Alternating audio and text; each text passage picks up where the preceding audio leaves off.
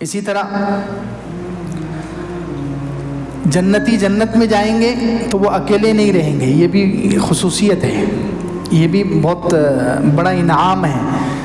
ایک جگہ چوتھے پارے میں اللہ تعالیٰ نے اس کو بیان کیا ہے، دیکھیے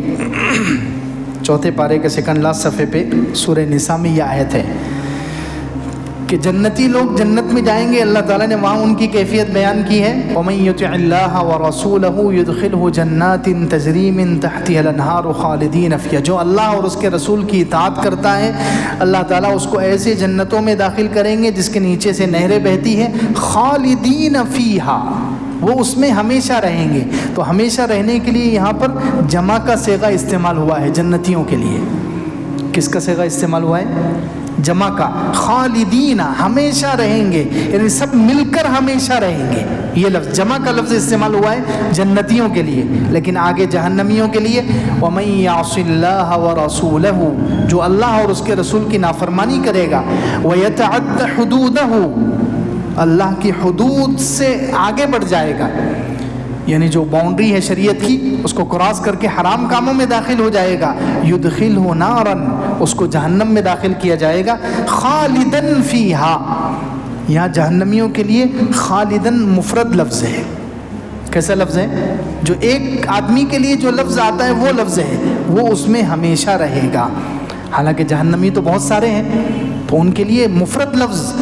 اور جنتیوں کے لیے جمع کا لفظ کیوں استعمال کیا ہے؟ تو ایک مفسر علامہ ابو سعید، ان کی کتاب ہے تفسیر ہے، اس میں انہوں نے حضرت نے اس کا راز کھولا ہے۔ وہ کہتے ہیں کہ جنتیوں کو جنت میں ایک ساتھ جمع کا لفظ اللہ تعالیٰ نے استعمال کیا ہے، اس کی وجہ کیا ہے کہ جنتیوں کا مزہ اور جنتیوں کو جنت سے جو لگاؤ اور محبت ہے اس کو بڑھانے کے لیے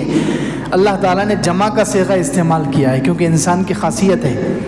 کہ اگر اس کو کتنی بھی اچھی نعمت دے دی جائے، اس کو کتنے بھی اچھے بنگلے اور دنیا کی نعمتیں اور باغات سب کچھ دے دیا جائے، وہ اکیلا اس میں رہے، اس کے بیوی بچے دوست احباب ساتھ میں نہ ہو تو اس کو مزہ نہیں آئے گا۔ آئے گا مزہ؟ اکیلا تو اکیلا ہے، اتنا بڑا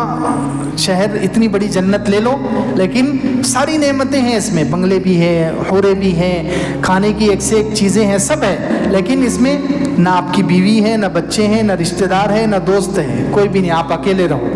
تو وہ آدمی بور ہو جائے گا، اکتا جائے گا کہ یار یہ کیا بات ہوگی۔ وہ زیادہ ان نعمتوں سے مزہ نہیں لے پائے گا، فائدہ نہیں اٹھا پائے گا۔ اسی لیے قرآن میں وہاں بھی چوتھے پارے میں اور دوسری جگہ بھی اللہ تعالیٰ نے فرمایا ہے کہ ہم جنتیوں کو جنت میں داخل کریں گے، جنات عدن يدخلونها ومن صلح من آبائهم وازواجهم وذرياتهم، ہم ان کو جنت میں داخل کریں گے، ان کے ساتھ ساتھ ان کے بیٹوں میں، ان کی بیویوں میں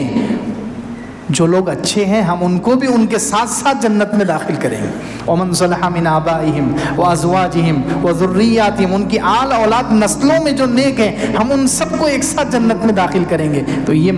اس کا مزہ ہی کچھ اور ہوگا۔ پوری فیملی ساتھ میں ہو، پورے رشتہ دار ساتھ میں ہو، ماں باپ ساتھ میں ہو، بیوی بچے ساتھ میں ہو، دوست احباب ساتھ میں ہو، تو انسان کا مزہ ڈبل ہو جاتا ہے،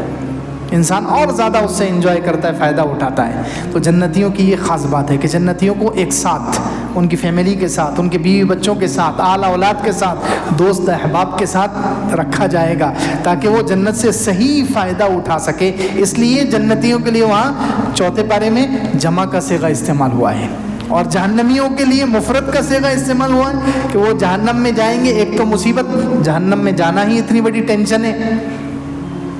کہ جہنم میں اتنے سارے عذابات ہیں، وہ جھیلنا ہے اور اکیلے رہنا ہے، کوئی دل لگانے کو ساتھ نہیں، کوئی تسلی دینے کے لیے ساتھ نہیں، کوئی غم بانٹنے والا نہیں، دکھ اور درد میں ساتھ دینے والا نہیں، تو اس سے انسان کا غم جو ہے ڈبل ہو جاتا ہے۔ مصیبت میں اگر کوئی ساتھ نہ ہو، کوئی رشتہ دار، کوئی دوست احباب، میاں بیوی بچے دوست، کوئی بھی اگر ساتھ نہ آئے تو انسان کا غم ڈبل ہو جائے گا۔ تو اس لیے جنت اور جہنم میں یہ بھی فرق ہے کہ جنتیوں کو ایک ساتھ رکھا جائے گا، جمع کا صیغہ استعمال کیا گیا ہے کہ جنتی اپنی فیملی کے ساتھ، بیوی بچوں کے ساتھ، صرف ایمان میں ایک جیسے ہونے چاہیے۔ صرف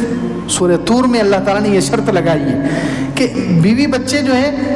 ماں باپ، بعض مرتبہ ایسا ہوتا ہے، اکثر ایسا ہی ہوتا ہے کہ ماں باپ نیک زیادہ ہوتے ہیں، ماں باپ زیادہ نیک ہوتے ہیں، بچے اتنے نیک نہیں ہوتے، لیکن ایمان والا ہونا ضروری ہے کہ ماں باپ بہت نیک ہیں، بچے عمل میں کمزور ہوں لیکن ایمان والے ہوں تو اللہ تعالیٰ ان بچوں کو ماں باپ کے ساتھ ایک درجے میں کر دیں گے، لیکن ایمان ہونا چاہیے بس۔ والذین آمنوا واتبعتہم ذریتہم بایمان، جو لوگ ایمان لائے اور ان کی اولاد نے ان کا اتباع کیا ایمان کے ساتھ، یہ لفظ ہے واتبعتہم ذریتہم بایمان، ان کی اولاد نے ان کا اتباع کیا ایمان کے ساتھ، الحقنا بہم ذریتہم، تو ہم ان کی اولاد کو ان کے ساتھ ملا دیں گے۔ چاہے عمل میں فرق ہے، چاہے عمل میں فرق ہے، لیکن ایمان میں ماں باپ کے جیسے ہیں، جیسے ماں باپ کا ایمان تھا بچوں کا بھی ایمان ہے، ایمان ایک جیسا ہے، عمل میں فرق ہے۔ ماں باپ بہت اچھے عمل کرنے والے تھے، بچے عمل میں کمزور ہیں لیکن ایمان میں ایک ساتھ ہیں، تو اللہ تعالیٰ ان بچوں کو ماں باپ کے ساتھ ملا دیں گے، سبحان اللہ۔ لیکن ایمان ہونا چاہیے، بے ایمان ہے اگر اولاد تو پھر ماں باپ کتنے بھی اچھے ہوں، اگر ایمان ہی نہیں ہے تو پھر ان کو جنت میں ایک ساتھ نہیں رکھا جائے گا۔ ایمان ہونا شرط ہے، عمل میں آگے پیچھے بھی رہے تو چلے گا۔ تو یہ جنتیوں کی ایک خاص بات ہے کہ جنتیوں کو ایک ساتھ رکھا جائے گا تاکہ ان کا مزہ ڈبل ہو جائے، اور جہنمیوں کو الگ الگ رکھا جائے گا تاکہ ان کا غم اور درد اور زیادہ بڑھ جائے۔ یہ دو باتیں۔